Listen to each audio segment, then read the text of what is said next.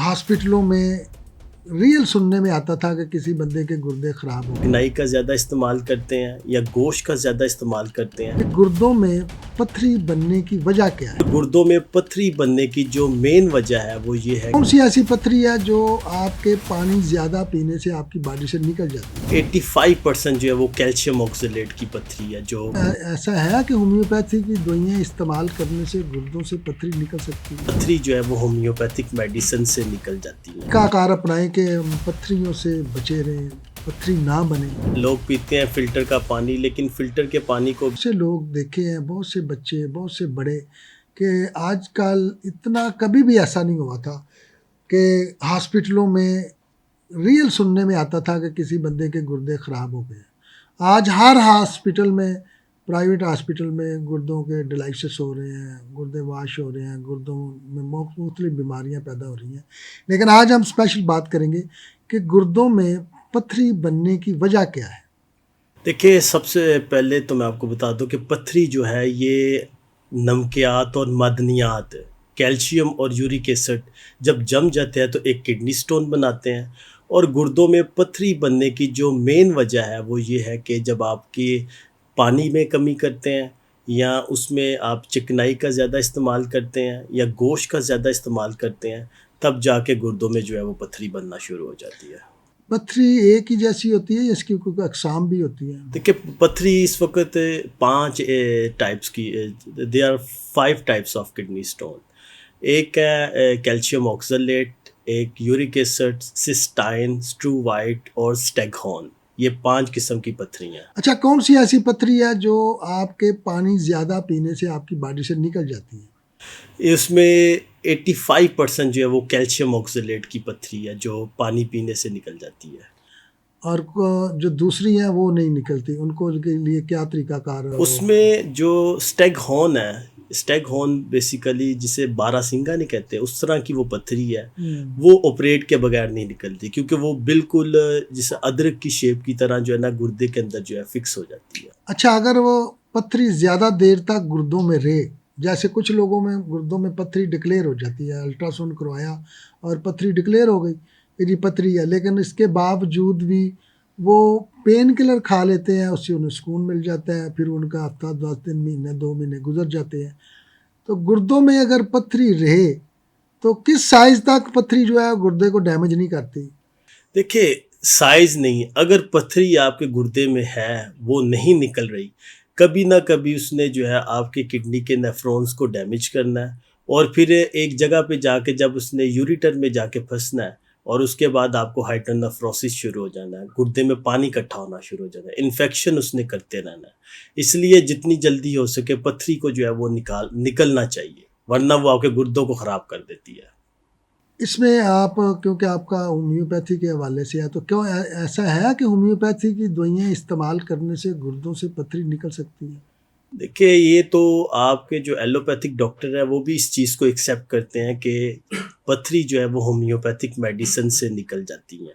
लेकिन उसमें ये देखना होता है कि पहले तो पथरी देखनी वो होती है। 15% जो पथरी बनती है वो नहीं निकल सकती, बाकी इसका मतलब 85 किस्म की पथरी है जो जो वो निकल जाती हैं। वो होम्योपैथी मेडिसिन से निकल जाती है। जी बिल्कुल वो निकल। मेडिसिन बताएंगे होम्योपैथी के जो आम लोगों के लिए क्या मेडिसिन? देखिए, इसमें जो बेहतरीन मैं 3 मेडिसिन आपको बताऊंगा जो पथरी को बड़ी जल्दी निकाल देती हैं, अगर स्टार्टिंग में ही।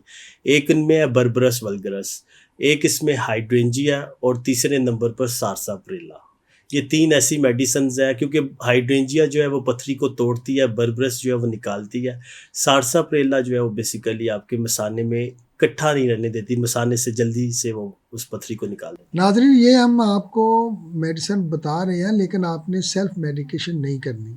आपने किसी ना किसी अच्छे होम्योपैथी डॉक्टर के अंडर रहकर ये दवाइयों का इस्तेमाल करना है। बाद औक़ात कोई रिएक्शन या कोई साइड इफ़ेक्ट आ जाए तो फिर आपके लिए मसला होगा। तो ये नॉलेज के लिए आपसे शेयर कर रहे हैं। जी डॉक्टर साहब, क्या तरीक़ाकार अपनाएं कि हम पथरियों से बचे रहें, पथरी ना बने? देखिए, सबसे बेहतरीन तरीकाकार ये है कि एक तो आप पानी जो है वो साफ़ पिएँ। जो लोग पीते हैं फ़िल्टर का पानी, लेकिन फ़िल्टर के पानी को भी जो है वो आप बॉयल करके पिएँ। या नेस्ले का जो पानी है वो इस्तेमाल करें। कम से कम एक दिन में 3-4 लीटर जो है पानी पीना चाहिए, 8 से 12 ग्लास।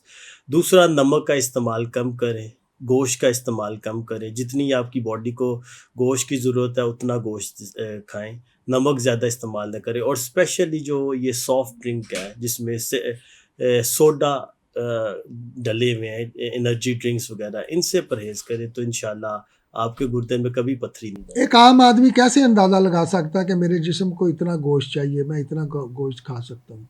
देखिए, ये तो मेडिकल भी कहती है कि सिर्फ 170 ग्राम गोश्त जो है आपको प्रोटीन की ज़रूरत है पूरे डे में। तो जब आप इससे ज़्यादा गोश्त खाना शुरू करेंगे तो कोई वो जब भी ज़्यादती किसी चीज़ की करेंगे वो आपको नुकसान देगी। कुछ लोगों को तो हमारा मुल्क थोड़ा सा गरीब है, इस तरह लोग अफोर्ड भी नहीं कर सकते गोश्त। तो क्या ऐसा मुतबादल भी कोई चीज़ है कि जो गोश्त जितना काम कर जाए, प्रोटीन पूरा कर दे बॉडी के? देखिए, गोश्त तो बहुत एक्सपेंसिव है, लेकिन चिकन वो इस्तेमाल कर सकते हैं प्रोटीन की शक्ल में, अंडे को इस्तेमाल कर सकते हैं क्योंकि अंडा भी जो है वो प्रोटीन है। अच्छा, इसमें ये आलू वगैरह जो पोटैटोज़ हैं, अगर वो छिलके समेत किए जाएँ तो वो भी प्रोटीन वो का भी भी। बेहतर है, लेकिन उसमें फिर ये देखना होता है कि पोटेशियम लेवल जो है वो ना बढ़े। अच्छा, इसमें जो गुर्दे के में पथरी आ गई तो क्या कौन सी ऐसी नुमायाँ सिम्टम आ जाती है बॉडी में कि मालूम हो जाए कि ये पथरी है? देखिए, उसमें जो इसकी सिम्पटम्स हैं, सबसे पहले तो पेन शुरू हो जाएगा। राइट साइड पे जो है ना बिल्कुल बैक साइड पे पेन शुरू हो जाएगा। फिर उसके बाद जल के यूरिन आना शुरू हो जाएगा, पस आना शुरू हो जाएगी, बुखार चढ़ना शुरू हो जाएगा। क्योंकि जो कमर का दर्द है और गुर्दे का दर्द है, दोनों में फ़र्क है। क्योंकि गुर्दे के दर्द में सबसे बड़ी जो मेन सिम्पटम है वो है वॉमिट। आपका दिल खराब होना शुरू हो जाएगा, आपको वॉमिटिंग शुरू हो जाएगी। यानी दिल ख़राब होने के साथ अगर आपको कमर में दर्द हो, तो इसका मतलब है कि आपके गुर्दों में कुछ ना कुछ गलत है, गलत चल रहा है। उसमें ये देखना होता है कि वो रीजन भी जो है जिस जगह पे दर्द हो रहा है वो किडनी वाला पोर्शन हो, राइट लंबर उसे कहते हैं जिसके अंदर किडनी होती है। वो स्पेसिफिक आप जी। एक पोर्शन है उसी उसी को क्योंकि दिखाएँ। गुर्दे का दर्द जो है वो पीछे से आगे आता है, ये उसकी मेन मेन निशानी। निशानी है। यानी इसमें वो 2 निशानियाँ आपने बताई हैं, एक वॉमिटिंग के साथ दर्द हो जी और एक पीछे से आगे की तरफ जी दर्द जी। आता है। कोई और तीसरी भी सिम्पटम है, अलामत है? उसमें सिंपल ये है कि यूरिन जो है वो उसमें जलन शुरू हो जाती है और बुखार चढ़ना शुरू हो जाता है। वो इसके साथ इसका मतलब होगा कि पथरी के साथ इन्फेक्शन भी है जी, अगर जब बुखार हो पस गया तो। आएगी तो बुखार शुरू। क्या तरीकाकार है कि हम उसको प्रॉपर इंडिकेट करें, तो उसके लिए हमें क्या इन्वेस्टिगेशन करानी होगी? इन्वेस्टिगेशन, बेहतरीन इन्वेस्टिगेशन है वो है सीटी, एब्डोमेन स्कैन, अल्ट्रासाउंड जिसे कहते हैं, या फिर